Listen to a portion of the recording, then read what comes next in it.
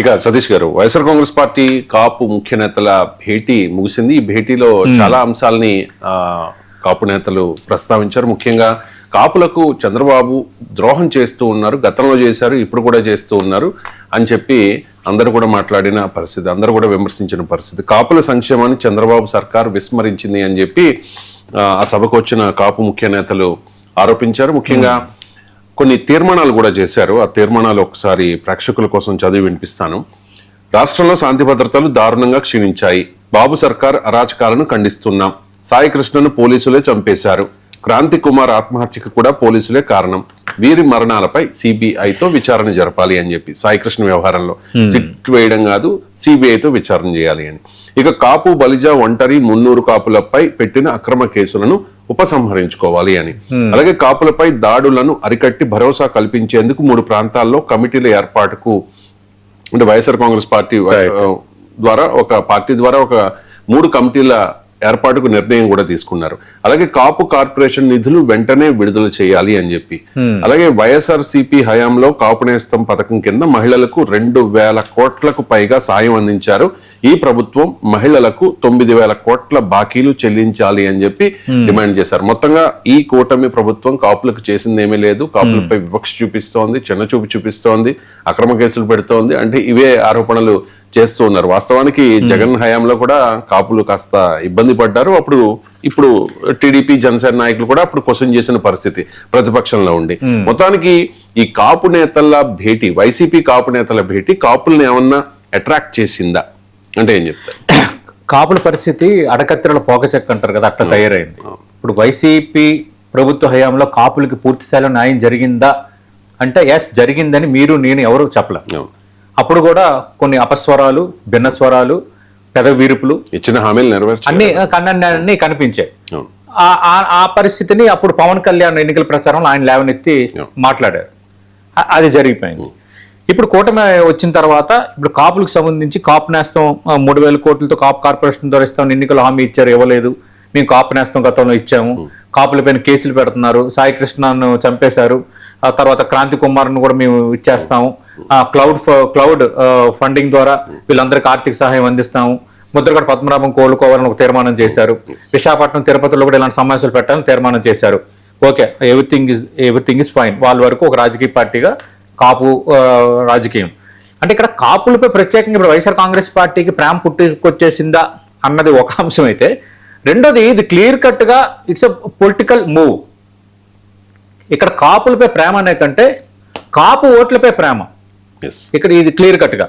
సరే, కాపులకు సంబంధించి సాయికృష్ణ వ్యవహారంలో జరుగుతున్న అంశం, దానిని 99 టీవీ ఉన్నట్టుగానే మాట్లాడుతోంది. సాయికృష్ణ వ్యవహారంలో ఒక సీఏ వ్యవహరించిన తీరు, గందరగోళం, వీటన్నిటి నేపథ్యంలో వైసీపీ లేవనెత్తిన కొన్ని ప్రశ్నలు కూడా సహేతుకం కావచ్చు. ఇదంతా ఒక చర్చ జరుగుతోంది. కానీ ఇక్కడ ఫస్ట్ ఈ మీటింగ్ పెట్టినప్పుడు రాష్ట్ర స్థాయి మీటింగ్ అనుకున్నా, ఇక్కడ మళ్ళీ విశాఖపట్నం, తిరుపతిలో మీటింగ్ పెడతారా అన్న నేపథ్యం ఏదైతే ఉందో, ఇది క్లియర్ కట్గా ఆంధ్రప్రదేశ్లో ఉన్న కాపులకు సంబంధించి కూటమి సర్కారు నిర్ణయాలు, అలాగే కొన్ని అభ్యంతరాలు ఉన్న నేపథ్యంలో వాటిని ఒక పాజిటివ్గా మలుచుకోవాలి అన్న ఎత్తుగడ ఇటు వైఎస్ఆర్ కాంగ్రెస్ పార్టీది. ఇప్పుడు అటు తోట త్రిమూర్తులు నివాసంలో ఆ కార్యక్రమం ఒకటి తీసుకోవటం, అక్కడ ఒక సమావేశాన్ని ఏర్పాటు చేసుకోవటం, అగ్రనేతలందరూ హాజరవటం అనేది ఇప్పుడు ఇది ఉభయ గోదావరి జిల్లాకు సంబంధించి ఒక మూవ్. ఉభయ గోదావరి జిల్లాలంటే కాపులకు కంచుకోట. కాపు ఓటు అనేది ప్రతి నియోజకవర్గంలో కీలకమైనది. కాపు ఓట్లతోనే అక్కడ నేతలు గెలిచే బలమైన నియోజకవర్గాలు విపరీతంగా ఉన్నాయి. అందుకే ఎక్కువ స్థానాలు కూడా కాపు కమ్యూనిటీ యాంగిల్లో అక్కడ జిల్లాల నుంచే పికప్ అవుతాయి. అంటే ఈ సమావేశం తర్వాత వంగగీత ఒక అంశాన్ని రేస్ చేశారు. మీరు కాపులు కాదు అని చెప్పుకుంటూ ఉన్నారు, మరి కాపులు ఎక్కువగా ఉన్న పిఠాపురంలోనే పవన్ కళ్యాణ్ గారు మీరు ఎందుకు పోటీ చేశారు, ఇక్కడ కాపులు ఎక్కువ ఉన్నారనే కదా, వాళ్లే కదా మిమ్మల్ని గెలిపించింది అని చెప్పేసి. ఓకే, ఇది ఇలా అంటే కరెక్టే. అంటే ఇప్పుడు రాజకీయ నేతలు కొన్ని వ్యాఖ్యలు చేస్తారు, బట్ వ్యాఖ్యలు చేసిన సరళ వేరు, రెండోది ఒక పాజిటివ్ నియోజకవర్గాన్ని ఎంచుకోవటం వేరు. ఎందుకంటే పవన్ కళ్యాణ్ సంబంధించి ఆయన అంతకుముందు గాజువాకలో పోటీ చేశారు, భీమవరంలో గాజువాకలో పోటీ చేయడానికి కూడా ప్రాతిపదిక కాపు ఓట్లే. అంటే తప్పలేదు అది, ఎందుకంటే స్ట్రాంగ్ గా నేను ఎక్కడైతే గెలవగలను, నాకు ఎక్కడ అడ్వాంటేజ్ అవుతుంది అన్న ఒక అంచనా వేసుకోవడంలో తప్పలేదు. ఇప్పుడు పులివెందులలో జగన్మోహన్ రెడ్డి పులివెందులు ఎందుకు అంటే వాళ్ళకి అది అత్యుత్తమ స్థానం, కంచుకోటలాగా. అంతే కదా, చంద్రబాబు నాయుడు కూడా. అలాగే మీకు భీమవరం గాజువాక్ లో పవన్ కళ్యాణ్ పోటీ చేసిన ఓడిపోయారు, కానీ అక్కడ కాపు సామాజిక వర్గం ఓట్లు కొంత పవన్ కళ్యాణ్ కు కంపగుర్తుగానే పడ్డాయి. ఇక పిఠాపురం ఈసారి ఏంటంటే కొంచెం స్ట్రాటజిక్ గా వెళ్ళారు. ఇప్పుడు ఈ గెలుపు కీలకం కూటమి కాబట్టి ఆయన కొన్ని సర్వేలు చేసుకుని విచ్ ఈస్ ద బెస్ట్ అనుకుని ఫైనల్ గా పిఠాపురాన్ని ఎంచుకున్నారు. వంగా గీతాలు అడగడంలో తప్పులేదు, ఎందుకంటే గతంలో ఆమె కూడా పిఠాపురం ఎమ్మెల్యేగా పనిచేసిన అనుభవం ఉన్న వ్యక్తి కాబట్టి వంగా గీత ఆమె అడగడంలో తప్పులేదు. కానీ ఏంటంటే పవన్ కళ్యాణ్ పదే పదే కాపులే కాదు అందరితో ఏర్పడిన పార్టీ ఒక సామాజిక వర్గానికి పరిమితం చేయొద్దు అంటూ పదే పదే మాట్లాడుతున్నారు కాబట్టి వంగా గీత రాజకీయంగా ఒక డైలాగ్ విసిరారు.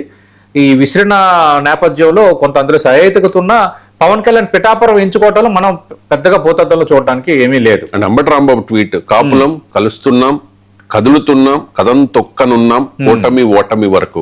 కాపులంతా కలిసి కూటమిని ఓడించే వరకు మేము కథం తొక్కుతాం. అందులోనే ఉంది ఓటమి వరకు అంటే వైసీపీ గెలుపు కోసం అని కదా. వాళ్ళ టార్గెట్ కూటమిని ఓడించడం. అంటే వైసీపీని గెలిపించడం అని కదా. అంటే క్లియర్ కట్ గా ఈ సమావేశం అంతా మేము అందరం కలుస్తున్నాం, మా టార్గెట్ ఏంటంటే కూటమిని ఓడించడం. అంటే కూటమిని ఓడించడం అంటే ఏంటి, దాని అర్థం వైసీపీని గెలిపించడం అని. అంటే ఇట్స్ పొలిటికల్ మూవ్ అని అంబటి రాంబాబు ఆ ట్వీట్ లోనే చెప్పేశారు.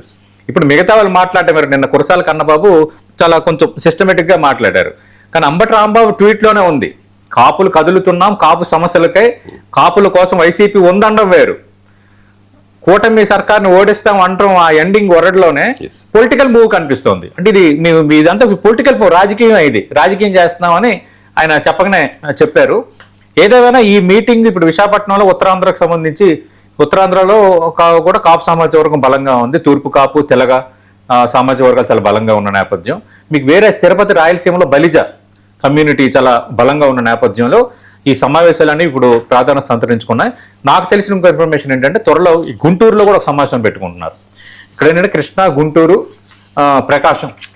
ప్రకాశం ఈ 3 జిల్లాలకు సంబంధించిన సమావేశం గుంటూరులో కూడా ఏర్పాటు చేసుకుంటున్నట్టుగా ఒక సీనియర్ వైసీపీ నేత చెప్పారు.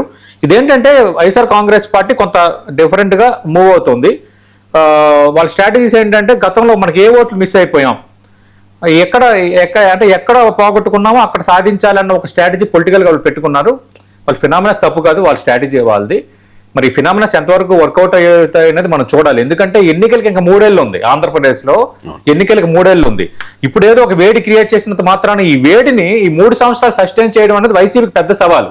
అంత ఈజీ కాదు.